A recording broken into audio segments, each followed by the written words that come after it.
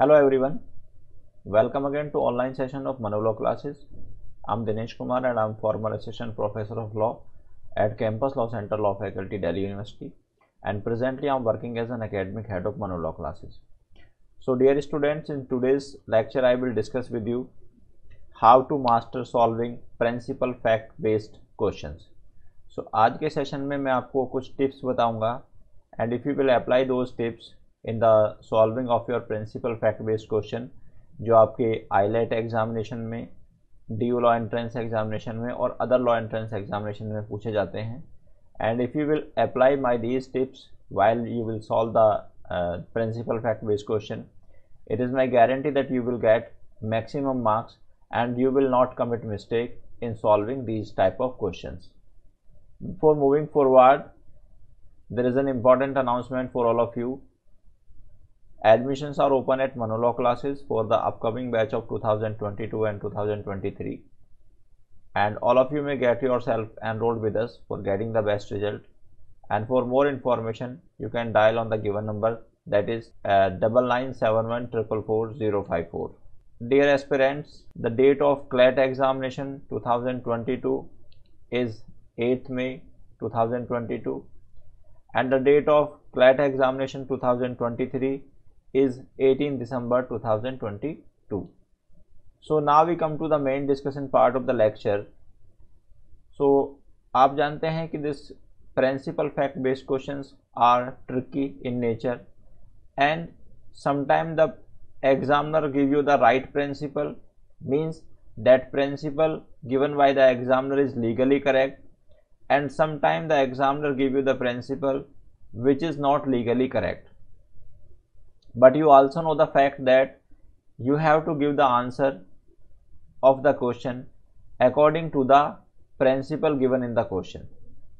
Suppose किसी exam में examiner has given the wrong principle and that principle is not according to the law, then you have to give the answer according to the given principle and you will not apply the law at that point of time.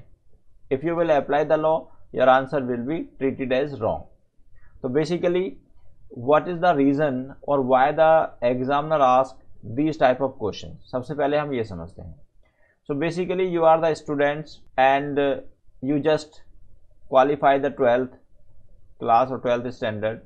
So you may not be aware about the typical or technical legal provisions. So what is the expectation of examiner in asking these type of questions? Examiner आपकी previous knowledge को और previous legal knowledge को check नहीं करता.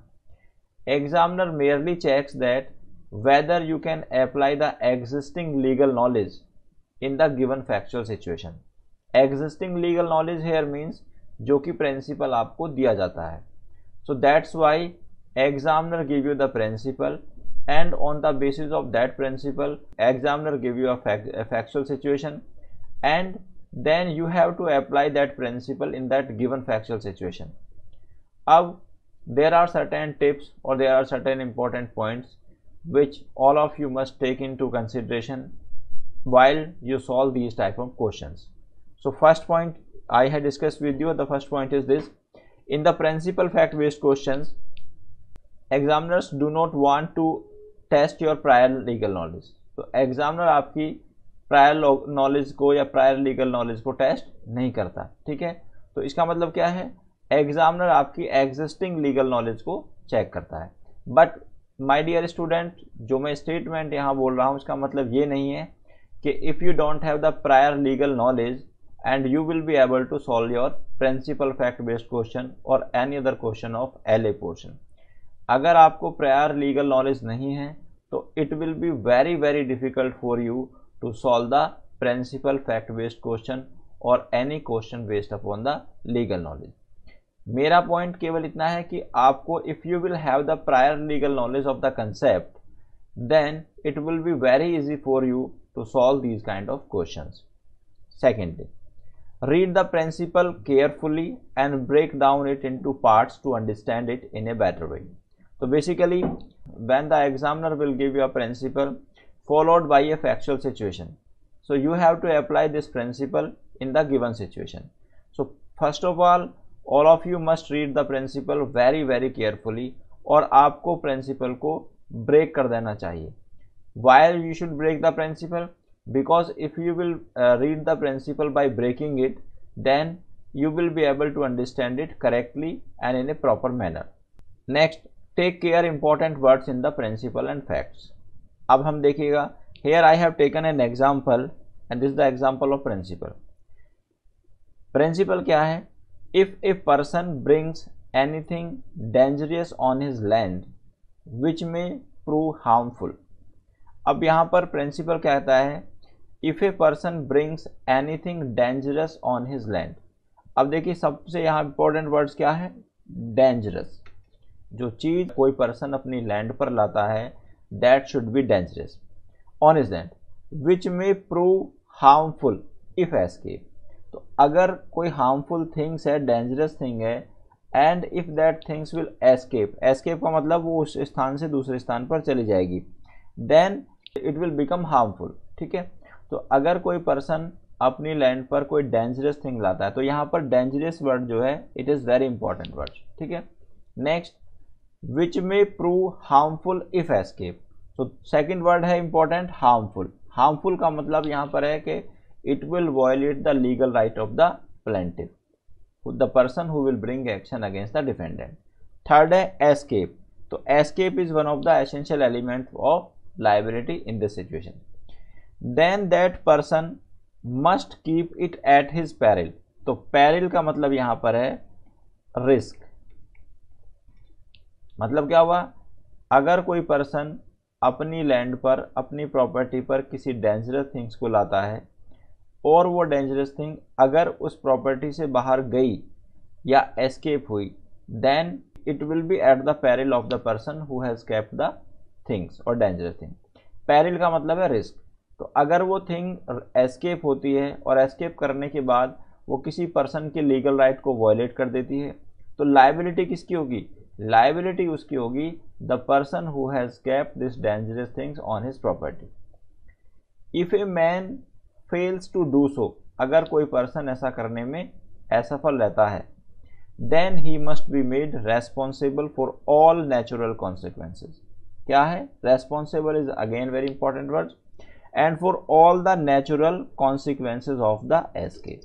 तो अगर principal क्या कह रहा है इस सिचुएशन में, अगर हम देखें, प्रिंसिपल कहता है कि अगर कोई पर्सन अपनी लैंड पर कोई डेंजरस थिंग्स को रखता है या लाता है और वो डेंजरस थिंग्स वहाँ से एस्केप हो जाती है, तो ये जो डेंजरस थिंग्स एस्केप होती है और एस्केप करने के बाद अगर ये डेंजरस थिंग्स किसी पर्सन को या किसी की पर्सन की प्रॉपर्टी को इंजरी कॉज करती है, so the person who has kept the thing will be liable for all the natural consequences. तो उसके जो नेचुरल कॉन्सिक्वेंसेज जो भी होंगे वो उनके लिए पर्सन लायबल होगा। अब देखिए यहाँ पर I have told you there are 4-5 words which are very important. One is dangerous thing, second is harmful, third is escape, and fourth is responsible, and fifth is the all natural consequences. अब examiner आपसे इस तरह के question पूछता है और इस तरह के प्रिंसिपल आपको देता है। अब here the word is natural consequences. So natural consequences मतलब जो नेचुरल वे में होंगे, and it does not include the artificial consequences or any extraordinary consequences. Ordinary consequences, got it? So आपको इस तरह से अपने एग्जाम में प्रिंसिपल को अच्छी तरह से पढ़ना है, अंडरस्टैंड करना है, and you have to mark the important words of the principle, then you will be able to solve your question properly और in a proper manner. Next point, match the requirement of principle with the factual situation and then take the decision rationally. तो basically क्या है? Principle is first given, then followed by a factual situation. तो आपको क्या करना है? You have to match the requirement of principle with the factual situation, then it will be followed by the 4 options. After matching the requirement of principal with the factual situation, you must choose the best or most appropriate option out of the following 4 options or the 5 options. Next point, if there is confusion between 2 options, then always choose that option which is near to the principal. अब देखिए क्या होता है, examiner generally ask 4 option A, B, C, D, and if you will apply this elimination method, you will be eliminate any 2 options easily, but 2 options may be quite similar, and if these 2 options will be quite similar, then it may create confusion in your mind at the time of attending the examination. So what you people need to do, आपको क्या करना है उस time पर, आपको you have to read both these options which are left out, and then you need to match the requirement of these options with the principal, given principal. So जो भी option इसमें से suppose B और C की हम बात कर रहे हैं, which is more near to the principal given, then that option will be correct in your examination. So please follow this direction. Next, don't mug up the question or answer, rather understand the question and read all the options of the answer very carefully. So basically क्या होता है, what some of you people do in your examination or even before the examination, some of you try to mug up the question or answer. आप कुछ question को या answer को रटने की कोशिश करते हैं, ठीक है, लेकिन एग्जामिनर क्या करता है, एग्जामिनर उसी क्वेश्चन में थोड़ी सी फैक्चुअल सिचुएशन को या थोड़ी सी लीगल प्रिंसिपल को चेंज कर देता है, then all of you commit the mistake in that. So it is my suggestion for all of you that you must not mug up the question और answer, but you have to think that why this particular option is correct. तो हर option, कोई भी option एक correct option होता है, 3 options wrong होते हैं. So you have to apply your own legal knowledge that why this particular option is correct and why the other options are not correct. Next, do practice of previous year questions and understand that why a particular option is correct. So basically doing the practice of previous year question is very essential for you. और अगर कोई student previous year question की practice नहीं करेगा, then it will be very difficult for him to get the success in these kind of examination. अब why do you need to the practice of this previous year questions? Because if you will practice of the previous year questions, then you understand the pattern of examination, you understand the level of questions of the examination. आप examination के question का level को समझते हैं. अगर आप उसके level को समझते हैं, then on the basis of that level you prepare yourself for the coming examination. तो आप उसके आधार पर अपने coming examination के लिए जाते हैं और ये अपने आप को तैयार करते हैं. If any student will not do the previous year question and he will go directly or she will go directly to the examination, then such student is bound to commit the mistake. So ऐसा student 100% mistake commit करेगा. क्यों? Because he और she may not have the idea about the nature of question and the level of the question. So my dear student, it is very essential for all of you to understand the nature of the question and the level of the question. And you can get this information only by doing the previous year questions. Next, increase your conceptual knowledge in all the subject. It will help you in solving the question. तो ये point मैंने first में भी raise किया था first slide में, because although the principle may be different in your examination, but that principle in every case will be around 70 to 80% based upon any legal principal और any legal knowledge. तो अगर आपको पहले से ही conceptual legal knowledge होती है, then it become very easy for you to understand the principle and apply that factual situation into that principle. अब देखिए, अब हम कुछ क्वेश्चन सॉल्व करेंगे बेस्ड अपॉन दिस इंफॉर्मेशन.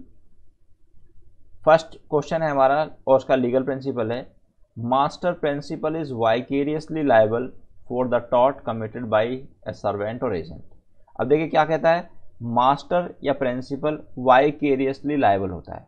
देखिए यहाँ पर एक इंपॉर्टेंट वर्ड है वाइकेरियसली लायबल. तो आपको वाइकेरियस लायबिलिटी के बारे में नॉलेज होना चाहिए.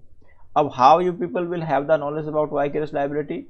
If you have the good knowledge of the concept of the law. अगर आपको लॉ के कंसेप्ट की नॉलेज नहीं है, then you may not be able to understand the clear meaning of vicarious liability. In performance of his duties as a servant or agent, master principal is vicarious liable for the tort committed by a servant. Means एक master या एक principal अपने servant के या agent के द्वारा जो tort commit की जाती है उसके लिए लायबल होता है जब उसका सर्वेंट या उसका एजेंट उसकी ड्यूटी में होता है या उसके कोर्स ऑफ एम्प्लॉयमेंट में होता है, performance of his duty. So performance of his duties it also can be termed as course of employment. तो कोर्स ऑफ एम्प्लॉयमेंट में वो होता है. ठीक है, is this okay now? So अभी हमने क्या समझा? First of all we understood the principle और हमने जो इसके इंपॉर्टेंट वर्ड्स हैं लाइक वाइकेरियस लायबिलिटी, ठीक है, परफॉर्मेंस ऑफ हिज ड्यूटी, इनको भी मार्क कर लिया. तो अब हम समझ गए इस बात को. Now we come to the factual situation. Ashok gave some cash and cheque to his friend Bharat. Ashok ने कुछ कैश और चेक्स अपने फ्रेंड भारत को दिए. Who was an employee of the bank HDFC. ठीक है, तो जो HDFC बैंक का एक एम्प्लॉय था.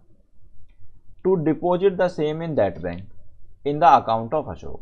तो अशोक का ऑलरेडी HDFC बैंक में अकाउंट था और जो उसका अशोक का फ्रेंड भारत है वो HDFC बैंक में काम करता था.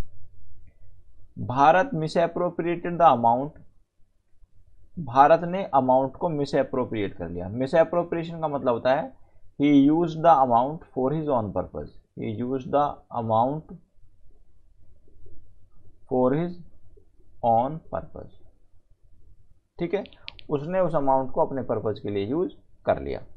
Now Ashok sues the bank for damage then the bank case. तो अशोक ने अब बैंक पे केस किया. अब बताइए क्या बैंक लायबल होगा या नहीं होगा? सो अब now we have to answer this question on the basis of the information given in the principle. First point क्या है? There are 4 options. Liable to pay because it was employer of bank. ठीक है, तो bank is liable to pay because it was employer of Bharat. तो यानी कि वो liable to पे होगा क्योंकि वो भारत का एम्प्लॉयर था, यानी कि भारत उस बैंक में काम करता था. अब देखिए यहाँ पर फर्स्ट पॉइंट यह आया कि भारत उस बैंक में काम करता था. Second point, liable to pay because the employee did it during the business hours and while working as an employee. तो बैंक इसलिए लायबल होगा क्योंकि उसने उसको बिजनेस आवर्स में काम करा, यानी कि कोर्स ऑफ एम्प्लॉयमेंट में काम किया, इसलिए वो लायबल है. Not liable because he turned out to be the friend of plaintiff. तो वो लायबल नहीं होगा क्योंकि वो उसका फ्रेंड था, यानी कि अशोक और भारत दोनों फ्रेंड थे आपस में. Next, not liable because while committing the fraud he was not acting as the agent or employee of the bank. तो फोर्थ ऑप्शन कहता है कि बैंक लायबल नहीं होगा. क्यों? क्योंकि जब ये भारत फ्रॉड कर रहा था तो भारत बैंक का एजेंट नहीं था या बैंक का एम्प्लॉय नहीं था. It means that while Bharat misappropriated the money of Ashok then he was not acting on the behalf of the bank. अब देखिए बच्चों यहाँ पर 4 ऑप्शंस हैं. ठीक है, so which option is most appropriate? So if you have the knowledge of the concept like vicarious liability then it will be very easy for you to solve this question. So on the basis of this information option D is correct. Why D is correct? क्योंकि देखिए यहाँ पर we don't have any information in the fact that Bharat was working as an agent of the HDFC bank. So अगर Bharat agent की तरह काम नहीं कर रहा था तो उसकी बैंक की लायबिलिटी नहीं होगी. तो यहाँ पर क्या हुआ कि अशोक और भारत अपने फ्रेंड हैं और अशोक ने भारत को पैसे दिए. So there is no connection of the bank in the given transaction. So the D will be the correct option. Next principle, whoever intending to take dishonestly any movable property out of possessions of any person without that person consent moves that property in order to such taking is said to commit theft. Means जो person dishonestly, देखिएगा dishonestly मतलब गलत intention से movable property को किसी दूसरे के possession से उस पर्सन की कंसेंट के बिना लेता है, विदाउट दैट पर्सन कंसेंट, और ही मूव्स दैट प्रॉपर्टी, वो उस प्रॉपर्टी को मूव कर देता है. In order to such taking, ले जाने की इंटेंशन से, तो according to the principle it is considered that that person has commit the offence of theft. Second, whoever dishonestly misappropriates or convert to his own use any movable property। देखिए यहाँ पर these words are important, dishonestly misappropriate और convert to his own use। तो जो व्यक्ति किसी दूसरे की प्रॉपर्टी को dishonestly misappropriate करता है या अपने यूज के लिए कन्वर्ट करता है, shall be punished with imprisonment of either description for a term which may extend to 2 years or fine or with both। तो उसको 2 साल की सजा हो सकती है, प्लस फाइन भी हो सकता है और ये दोनों हो सकते हैं। अब now we come to the factual situation. देखो my dear students, here examiner has given us 2 principle, examiner ने हमको 2 प्रिंसिपल दिए हैं and we are having only 1 factual situation. So now we have to understand that which principle is applicable in the given situation। A takes umbrella belonging to Z out of Z possession in good faith। A एक umbrella को लेता है जो कि Z का होता है और Z के पोजीशन में लेता है गुड फेथ में। गुड फेथ का मतलब है कि यहाँ पर डिसऑनेस्ट इंटेंशन उसकी नहीं थी। Believing at the time when he took it that the property belongs to himself, means A Z के अम्ब्रेला को लेता है, लेकिन जिस टाइम A Z के अम्ब्रेला को लेता है he thinks that this umbrella belongs to A, तो उसको ऐसा मानता है, वो ऐसा समझता है कि ये उसका ही अपना अम्ब्रेला है, तो गुड फेथ में उसको उठा लेता है। His wife points out after some days, उसकी वाइफ मीन्स A की वाइफ उसको कुछ दिन बाद बताती है that umbrella does not belong to them, कि अम्ब्रेला उनका नहीं है, but to Z, उसने कहा कि अम्ब्रेला हमारा नहीं है, Z का है। After coming to know that A dishonestly keep the umbrella, अब देखिए यहाँ पर वर्ड dishonestly आ गया। So now रिक्वायरमेंट किसकी होगी, रिक्वायरमेंट प्रिंसिपल की पूरी हो गई, लेकिन वो इस फैक्ट की जानकारी के बाद that umbrella does not belong to him, he keep the umbrella using, तो umbrella को यूज करता रहता है। Now there are 4 options before you। Option number 1, now we have to decide the liability of this A in the given situation। A is guilty of criminal misappropriation, A is guilty of criminal breach of trust, A is guilty of theft, both A and his wife are guilty of criminal misappropriation। So my dear students, there are 4 options here before you। So first, A is guilty of criminal misappropriation, A has committed the offense of criminal misappropriation, so this is the correct answer। Now we come to why this is the correct answer, because it is, if you will match this option A with the second principle and then to the fact, then it will be a correct option। Second point, if you have the conceptual knowledge of the criminal breach of trust, then you will understand that there is a difference between criminal misappropriation and the criminal breach of trust। criminal breach of trust वहीं पर apply होता है when we entrust our property to some other person, लेकिन इस case में since the property was not entrusted, ठीक है, by the Z to A, so the criminal breach of trust will not be applicable। and in the case of criminal misappropriation, a person gets the property without entrusting this property to that person। तो criminal misappropriation की application के लिए ये ज़रूरी नहीं है कि उसकी प्रॉपर्टी उस पर्सन को प्रॉपर्टी किसी ने एंट्रस्ट की हो, अगर वो प्रॉपर्टी उसके पास किसी अदर मीन से आती है it will be sufficient. A is guilty of theft, so it does not fulfill the requirement of theft, and the first principle is related to theft, so the question is based upon the second principle। both A and his wife are guilty of criminal misappropriation, दोनों liable होंगे, तो दोनों liable इसलिए नहीं होंगे क्योंकि उसकी wife ने तो कहा था कि ये उनका अम्ब्रेला नहीं है, so wife was not having any bad intention or mens Riya.